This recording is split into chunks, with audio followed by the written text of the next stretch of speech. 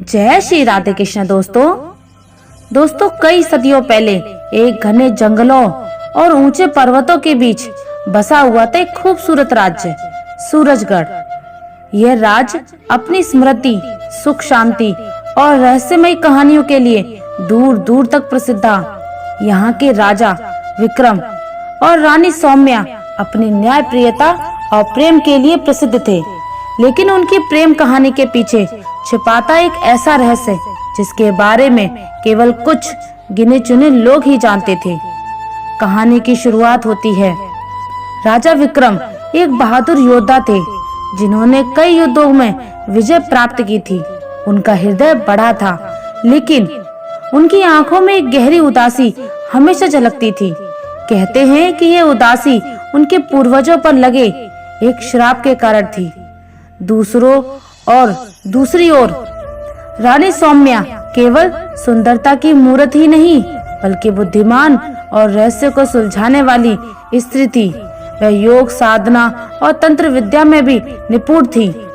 राजा और रानी की शादी को 7 वर्ष हो चुके थे, लेकिन उनके संतान का सुख नहीं मिला था। इस बात को लेकर महल में तरह तरह की बातें होती थी। रहस्यमयी महल का कमरा था। महल के पश्चिमी भाग में एक कमरा था जिसे सदियों से बंद रखा गया था।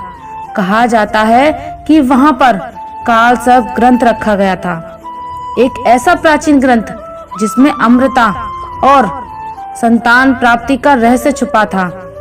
राजा विक्रम ने कई बार उस कमरे को खुलवाने की कोशिश की, लेकिन वे हर बार कुछ अनहोनी घटनाएं घटित हो जाती। एक रात जब पूरा महल गहरी नींद में था, रानी सौम्या चुपके से उस कमरे की ओर बढ़ी। जैसे ही उन्होंने दरवाजे पर हाथ रखा, दरवाजा खुद व खुद खुल गया। कमरे के अंदर एक तेज रोशनी थी। दीवारों पर कई रहस्यमय चित्र बने हुए थे और बीच में एक तांबे का बड़ा सा संदूक रखा था। रानी ने संदूक को खोलने की कोशिश की, तभी एक आवाज गूंज उठी। जो इस रहस्य को जानना चाहता था, उसे अपने प्राणों की आहुति देनी होगी। रानी सौम्या पीछे हट गई, लेकिन उन्होंने हार नहीं मानी। अगले दिन उन्होंने महल के सबसे बुजुर्ग सेवक बाबा शंभुनाथ से इस कमरे के बारे में पूछा। बाबा शंभुनाथ ने कांपती आवाज में कहा, यह कमरा तुम्हारे पूर्वजों के पापों का गवाह है। राजा के वंश पर काल सर्प का श्राप है। जब तक श्राप का तोड़ नहीं किया जाएगा, तब तक इस वंश को संतान का सुख नहीं मिलेगा। श्राप की सच्चाई बताई। 100 साल पहले राजा विक्रम के परदादा ने एक निर्दोष नागिन की हत्या कर दी थी।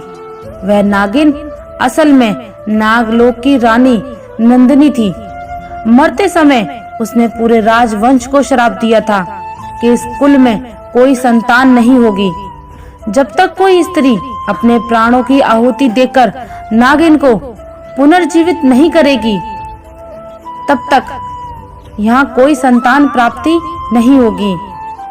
रानी का बलिदान। रानी सौम्या ने यह सब कुछ सुनने के बाद मन ही मन एक निर्णय लिया। एक रात जब पूरा महल गहरी नींद में था, रानी सौम्या गुपचुप तरीके से मंदिर में पहुंची।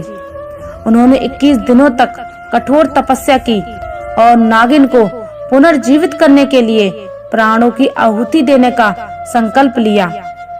21वें दिन जैसे ही रानी ने अग्नि में अपने प्राणों की आहुति देने की कोशिश की, नागिन नंदिनी स्वयं प्रकट हुई। उसकी आंखों में क्रोध की ज्वाला थी। तुम कौन हो जो मेरे शत्रु के वंशजों के लिए अपने प्राण देने आई हो? रानी सौम्या ने हाथ जोड़कर कहा, मैं विक्रम की रानी सौम्या हूँ। मैं अपने वंश का श्राप मिटाने आई हूँ। यदि मेरे प्राणों से तुम्हारा श्राप समाप्त होता है तो मैं तैयार हूँ।